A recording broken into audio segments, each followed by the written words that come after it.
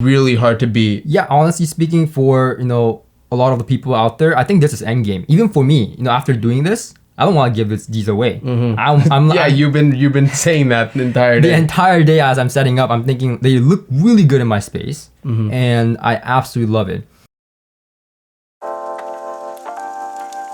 So yes, this video is sponsored by KEF. And we are doing a giveaway because this is a sponsored video, and we are doing a big giveaway to our subscribers, and so anyone in the world can really enter. And it's a Q-series home theater system. Dolby Atmos. Dolby Atmos. You may be thinking, well, I can't set it up because I can't, accommodate Dolby Atmos in my room. Why don't you watch this video? And if your room can, then you should definitely watch this video because we're gonna go step by step on how to set it up and the compromises we have to make in our room and what the end result may be. So stay tuned, watch the video, and in case you win these speakers, you better know how to set them up correctly, right? Oh yeah.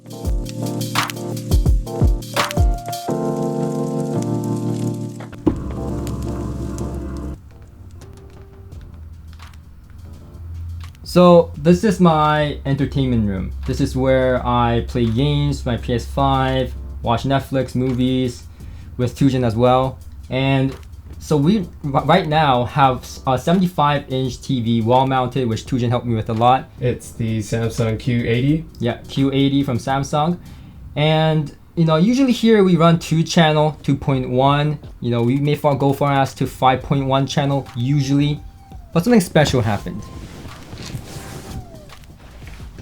And we got these in from KEF. These are the Q-series from KEF, wonderful speakers. I think Tujin reviewed a few of them. But for the fronts here, we have the Q750 floor standers for the fronts, like I said. On top of these are the Atmos module, the Atmos for the Atmos channel, the Q50s. We have for the surrounds, the Q150 bookshelf speakers. And right below this, we have the center channel, the Q650. And what you probably don't see in the corner right there, we also have a subwoofer from KEF, the Cube 12. So with all this, let's go and set these up and show you how it's done.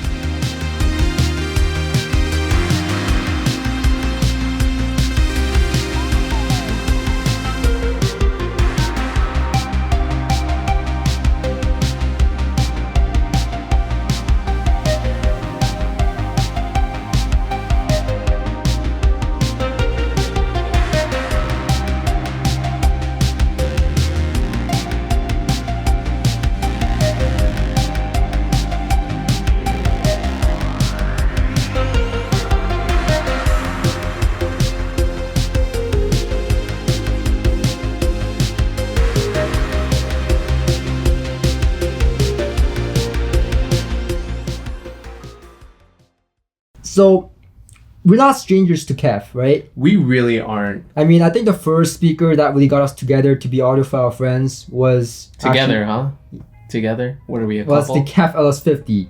Don't mind him. Was the KEF LS50 because of that dual concentric design, the driver. And what that means is that there's a tweeter in the middle of the driver unit.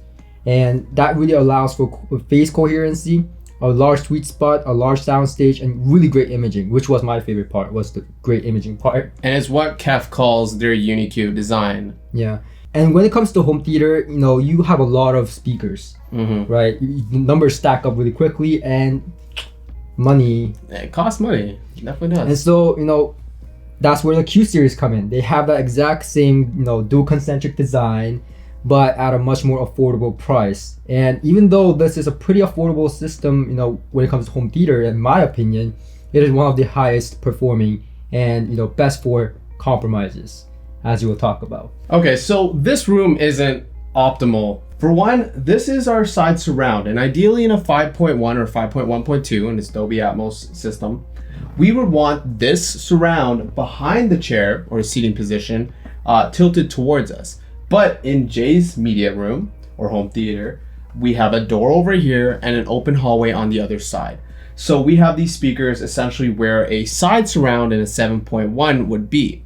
But however, because the speaker is very forgiving, it has really good off-axis response, it still performs really well, and the processor, because it has a mic and it's able to calibrate this whole system, it basically makes it a lot friendlier for those who don't have the most optimal placement. Yeah, and people always ask me, hey Jay, I want to set up a Dolby Atmos home theater system, but I have a door on the left, I have a closet on the left, I have a hallway on the left. When it comes to these situations, I don't think there's any other speaker that I would choose other than KEF for that excellent off-axis and sweet spot that it can provide for this exact reason, the compromise we have here. Okay, now moving on to the floor standards, we basically have the Q750s.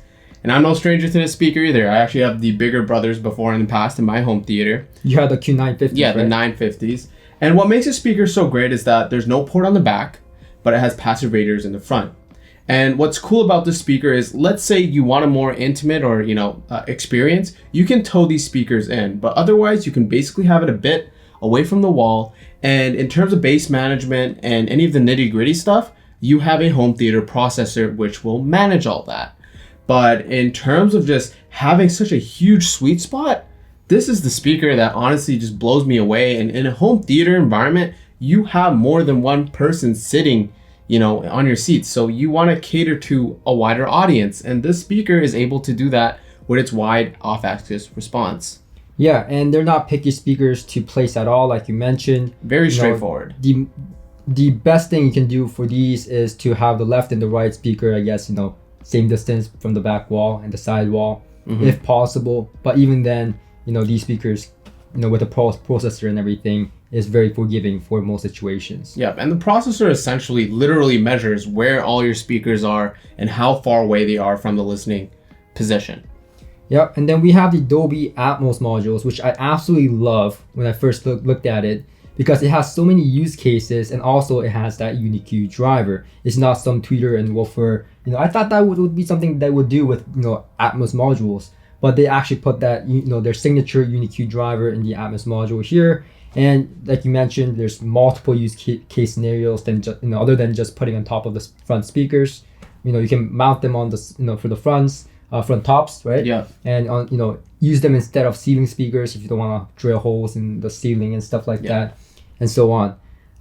And probably one of the best, or the most important piece in any home theater is the center channel. And quite frankly, I have the exact same center channel right now, and I absolutely love it. And it's something that, because KEF does vocals really well, and vocals are a huge part of home theater. Like, you're gonna have these LFE effects, you're gonna have surround effects going on, but you always want to be able to hear the dialogue. And the Q650 is able to fill the room and give so much detail and really good imaging just off that single driver. Yeah, the dialogues are perfectly crisp, and you hear everything.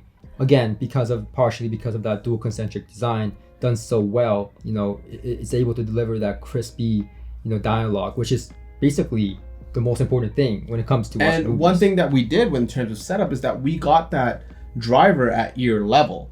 And then we also added these isoacoustic stands just so, we can decouple it from the actual cabinet that it's on to basically extract the best performance we can. Yeah, so all you really want for the center channel is to be at ear level, as much as possible. And that's how you do it. And now have it in the center. Yeah, and have it in the center. Legit. Yeah. But, I've come across situations where, for example, right now I have a media stand. Some people don't have media stands. Some people have to have the center channel on the floor. In those situations, all you really want to do is prop them up, right? Yeah. So that the driver is facing upwards towards you. So wherever the center channel is, you want to have the driver basically facing towards you.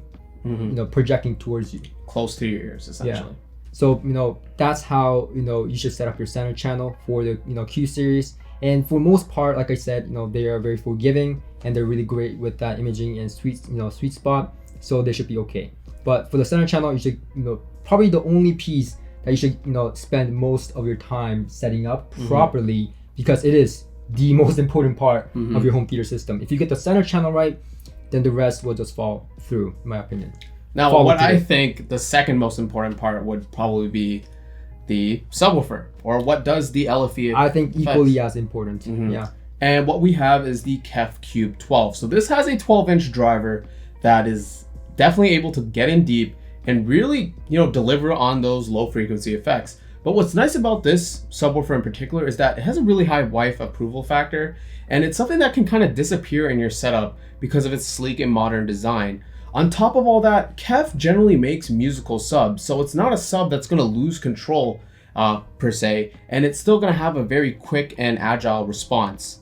So it's really like a really nice package overall. Yeah, and for this room in particular, like, I think it's more than enough. It's more than enough for that, bombastic bass response. So anyways, the rest of the system has to be set up, so let's get to it and we'll show you step by step.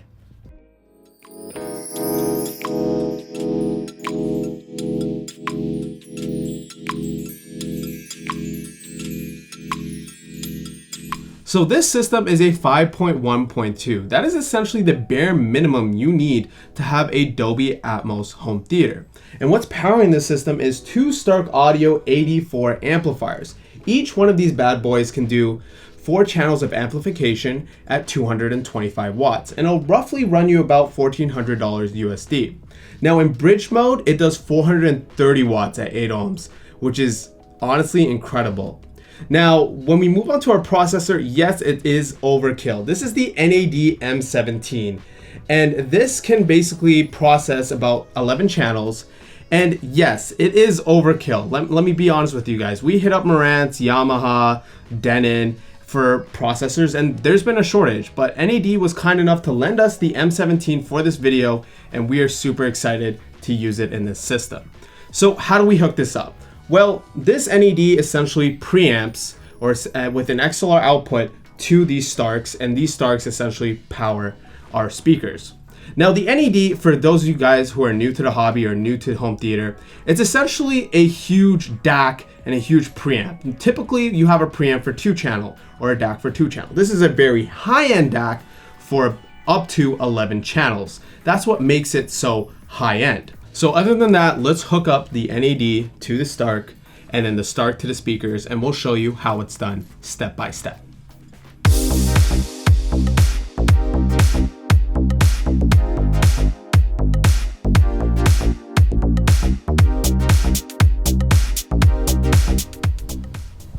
So essentially what we're doing right now is connecting the NAD M17 processor to the Stark audio amplifiers right here. Now each one of these are 4 channel, so we have 2 of these for a total of 8 channel amplification. Now on the M17, since you see this, you may be a little bit intimidated because of all the cable, this scary looking cable. But this snake cable actually is tremendous help, and I'll link it to the cable in the link description below. So essentially you want to use a cable that is numbered, like this one, that's numbered from 1 to 8 very neatly, or a color-coded cable, like a red, yellow kind of cable, so that very easily, because in the home theaters it can get dark, and towards the, if you have it in a cabinet, it's hard to see, so that you can connect it to the right inputs. Now, here we have the right front as number 1, the left front as number 2, the right surround as number 3, and left surround as number 4. And that is essentially connected right to the Stark audio here. 1, 2, 3, 4. Front right, front left, surround right, surround left. And that's essentially how you would connect all the channels. And the only thing that's really left for you is to connect it to the speakers on the speaker binding post here. That's also labeled 1, 2, 3, and 4. Now, I do want to mention that this is an extra step if you have a high-end processor like M17 or a pre-out processor. Now, this gives you better clarity, dynamic range, and so on, but this is an extra step, and it is overkill because this is $8,000. And also, you get extra mini XLRs for extra channels as well. But again, with most AVRs or AV receivers, they will have amplification built in, so that you don't have to run XLRs, and all you would really have to do is connect it straight to your speakers on the speaker binding post behind your AVR.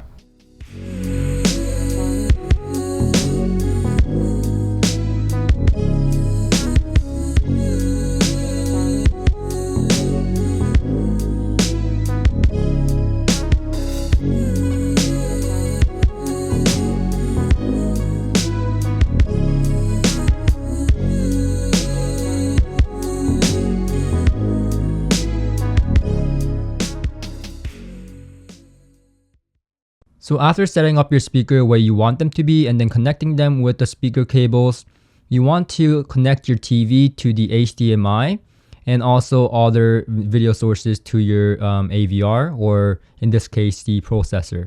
Now with our setup, we are using HDMI eARC to both process video and audio. Now, if you go and connect the processor, you should enter the menu. That's the first thing you should do, is enter the menu, and it will show up on your TV. Now, once you enter the menu, the first thing you want to do is go to the speaker setup and configure your speakers. Now here we have already enabled and set up all our speakers, front, center, surround, height, Dolby enabled front. So we've set all those up and the crossover points as well, and we've turned on the subwoofer as well. Now what's left is the calibration process, and this is different for every AVR and processor. It really depends on what they use. In our case, we're using Dirac, as the NAD uses Dirac. And essentially, you want to measure as instructed by the software. Here we see that there's many measuring points that they want us to do. So we went ahead and did every single one of them, and you can see the check marks in the final setup. Now, once you've done that, it basically generates the filter, which shows up on the NAD M17. Now, usually you connect the microphone to the processor or the AVR. Now, usually microphones come with the units, and so did the NAD M17, but we like to use our own microphone, which is also calibrated microphone, and we'll link to it in the description below. This is from Mini DSP, quite inexpensive and something of higher quality for better accurate measurements. So we went ahead and used that microphone, and it worked perfectly and everything was set up. So now that's done, let's go ahead and see what the results are and what the microphone measured for our system and the correction it has done to the system. So the first thing is in the control settings of the M17. We see that the new CEC is implemented with the M17, and you can see this in other receivers, the newer receivers in the market. And this is a very neat feature that you should keep on, and I recommend it, because you can turn on your TV and your receiver without a toggle cable now. And with one remote, you can adjust the volume as well. So turn off, turn on, and volume function is all done with one remote, which is really neat. Now going to the speaker setup to see the actual changes Dirac has made to our system, we see that on the speaker levels, we see that the front left, center, and front right speakers haven't been really touched and not adjusted. And that's really speaks to the KEF strong points. It took us no time to set these speakers up, and you can see that the results are phenomenal, especially with the surround right and surround left, only -1 dB in adjustment. That is amazing. Now we do see adjustment with the subwoofer and heights, which is to be expected. And just to be clear, these numbers will be different for every room and also the software you're using and so on. Now moving on, this is actually a little bit unique to the Dirac.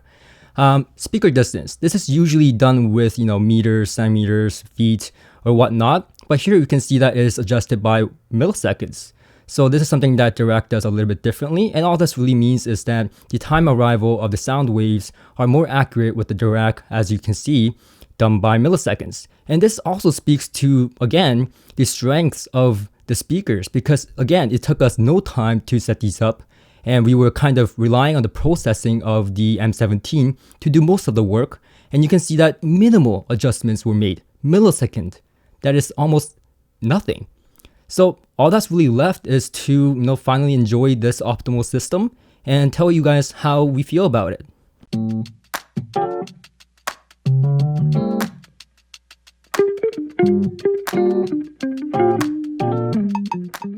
So we just finished setting up the speakers with all the measurements, and all that stuff. But, I'm really impressed with the Q-series, and I'm not just saying that because this is a sponsored video. I mean, you've owned Q-series yourself, so, there's something to be said there. Now, what I really was impressed, like I said again, was because, I thought Dirac would make, a shit lot of measurements, and we did every point, right? Mm-hmm. You wanted to do like 3 or 4. I just wanted to do 4, but you wanted because it was a long perfection. Because it was a long day. It was. And I wanted to do multiple, and get the most out of the Dirac, because I know it's a very good room correcting software. Yeah, it was definitely worth doing all those points. And second, I was expecting, especially our surround speakers on the side to get a lot of, correction because they're not optimally placed. But again, to our surprise, even though it's not optimally placed, it was phenomenal. And you could really hear that when I played, some movies and Netflix and stuff. Some Atmos movies. Yeah, and I don't know what movie it was that you showed me, but there was the scene where he crashed into a wall, and the car was going by. I don't even remember the movie anymore. Okay, but we watched a few. It's been a long day. But I can hear the cars going, and it was insane. And just for your reference, here I had usually 5.1, but just adding the Atmos module to make it a Dolby Atmos system really made a ton of difference in my opinion. It's a lot more immersive, and it feels like you're almost in like an orb of sound rather than just speakers being beside you in different directions. Yeah, and the surrounds, honestly, with this position, I was expecting less than this, but honestly speaking, it was just phenomenal. And I've heard really high-end home theater systems before. And I'm very impressed with, again, how these speakers are so easy to set up. And how they blended really well, and how in D-Rack as well, it was able to just set these speakers up at like really good, volumes where I didn't want to, touch it. I mean, I don't think I've really seen, a measurement where, the front, center, and, fronts in the center had like 0 dB of adjustment and millisecond of adjustment in time domain, and then on the surround speakers, -1 dB on the right speaker. That's it. Which was, I was surprised by that, honestly. But it could also just factor the room size and the proximity. Yes, and of each we'll of these talk speakers. about that in a minute. Because we're gonna do some Q&A. So we have some questions that KEF sent us that's asked by their customers a lot with home theaters. So we'll answer some of those questions, and we'll do that. But firstly, I want to get your impression, because what did you think about it? I mean, obviously I'm new to this because I've never had a KEF Q-series home theater system. I've heard it before, but not in my personal system. You've lived with it for like a year or two. 3 years. 3 almost. years. Yeah. So hearing this, what did it bring you back, or? So generally my home theater is a lot bigger than this room. Yeah. But because this is a smaller room and the speakers are just, in much closer proximity, it just came out to be an experience that was, quite frankly, I actually preferred this experience. Because it's more intimate? It's more intimate, but when you have a bigger room, Yeah. you tend to really rely on the room correction a lot more. And the overall calibration from D-Rack, it honestly got me a bit baffled. Like, I was like, wow. You're gonna ruffle some feathers because people think they need big rooms for home theater. No, like there's no, like when you get a big room, there are some perks. Like you get that wider stage and Right.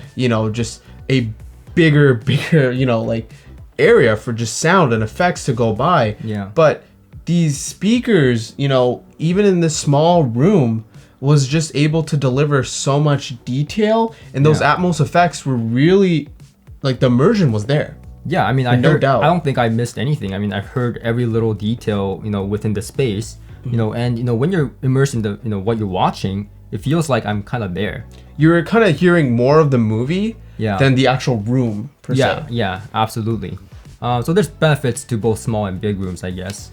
But I guess that's our impression. I think it's fabulous, especially for the price. I mean, I've set up really expensive systems, and this actually sounds really, really good. Now, I wouldn't say it sounds better than those high-end systems because those were all customized. I had a person who had a center channel that would come down like from the motorized, ceiling. Yeah, motorized, but it's not that. Right, and I've set up Wilson Audio home theater systems before and stuff like that. It's not that, but when it comes down to the actual value and performance that you're getting from these speakers, it's really hard to beat. Yeah, honestly speaking, for a lot of the people out there, I think this is endgame. Even for me, after doing this, I don't want to give these away. You've been saying that the entire day. The entire day as I'm setting up, I'm thinking they look really good in my space, and I absolutely love it. I was a bit skeptical with the Atmos module, bouncing off from the ceiling and coming down, but those Atmos effects, so was I. those Atmos effects came through. Yeah, honestly speaking, I thought that was a little bit, gimmicky when you first told me that, but I mean, the implementation works. It works. And especially, I love the fact that they have a unique driver as the Atmos module. I keep saying this, but I really do. I love it when companies don't cheap out and make Atmos module with just a little tweeter and a woofer. They incorporate their actual core tech into absolutely love it. It may cost a little bit more, but it's worth it in my opinion. Now moving on to the Q&A portion of the video. So some of these questions are, quite interesting and something that you may want to stick around for. Let's see. The first question is, now to give you a reference, in this room we are 12 feet long and 10 feet wide and 8 feet high in height. So it's not a very large room. In fact, it is a pretty normal living size room. Almost some bedrooms are this size. Yeah, almost some bedrooms, right? And this is exactly what it is. This is one of my bedrooms that I've turned into my home theater, mini entertainment room. And in this room, we had a Q750s, which is a floor standard. And quite frankly, I think these are, the perfect fit for this type of room size. Now they do have a smaller floor standard, the Q550s. And I think one of the biggest benefits of, the speaker in general and like the overall use case here is because normally when you have a bigger speaker, the biggest worry is how do you manage that bass? Because bass can get out of control, especially when you have a huge speaker. But because, in a home theater environment, we have a processor that can basically do bass management like the UAC that we used, it becomes a non-issue. Yeah. But that brings us to, the actual question in hand, right? I mean, if your room size fits, should you go with the Q950 in this room? So it's one of those things where it's like, are you biting more than you can chew? Are you going to be using those speakers at the high SPL levels that they're capable of doing, or are your ears going to start bleeding? So it really depends on your room size and whatever kind of fits, right? But at the same time, you want to watch out because, you don't want to go, Q950 in a room like this. I think Q750 is optimal. And, even 550 would be okay in this room. But, again, the budget is also a concern here. So you have to watch out for that and you have to see which one would fit into your room best. But I think, small to medium sized rooms, I think the Q750. I think for larger rooms like yours, like a basement, Q950. And for, some like a room like this or a little bit smaller, then we will go with the Q550. Usually when you have a bigger speaker, you don't have to rely on a subwoofer. And if you're listening to, like, when you have a home theater, you're not always using it for, surround sound content. Sometimes you listen to stereo stuff. And that's where your main front two channels are really going to shine. And for the center channel, I mean, we encourage you to go with the highest quality possible. I mean, even if you have to go with the R series, or if you want to go, I personally would. If I were to get a system like this, I'll go all out on the center channel because center channel, I know for a fact when I was setting up really high end systems, center channel was the absolute performance booster, and the subwoofer, of course. So I would spend most of my money there, personally speaking. And for the surrounds, I think bookshelf speakers is more than enough. Unless you have like this huge room where you really just need that headroom to fill up your space. The first, obvious one is the way we use it right now, how we have it on top of those speakers, which is traditionally used in, a lot of different speaker designs as well, where it essentially bounces off the ceiling and comes down at you. And there's some floor standards that just have it actually integrated into the speaker for home theater. But of course, nothing beats having an in-ceiling in your ceiling. But again, you're gonna have you need a dedicated room for that, and there's some compromises with that. But this literally just putting it on top of your speaker and having the effects that we've heard. I mean, it's a no-brainer. I'm honestly considering, mounting some of the Atmos modules on my ceiling because I don't have the ability to drill holes in my ceiling right now. But if I can add Atmos modules, right, that'll work. So, it really has multiple case scenarios and depends on your situation, depends on your, room, accommodation, compromises you're making. But push comes to shove, in situations when you need a speaker that can be wall mounted and can be also used as a Atmos module at the same time, or Atmos channel, there you go. That's what the Atmos module is. It's just a very, almost like a versatile. Swiss Army knife of a speaker. Yeah, and we'll get some fight back from home theater, The hardcore. No, you're not supposed to use a speaker like that. But honestly speaking, we made a lot of compromises today in this room, and the outcome is. Did it feel like we were compromising? No, I don't think we were compromising. I'm really happy, and I almost feel like this is already my system. So I'm probably gonna. You're gonna tear up when they go. I think so.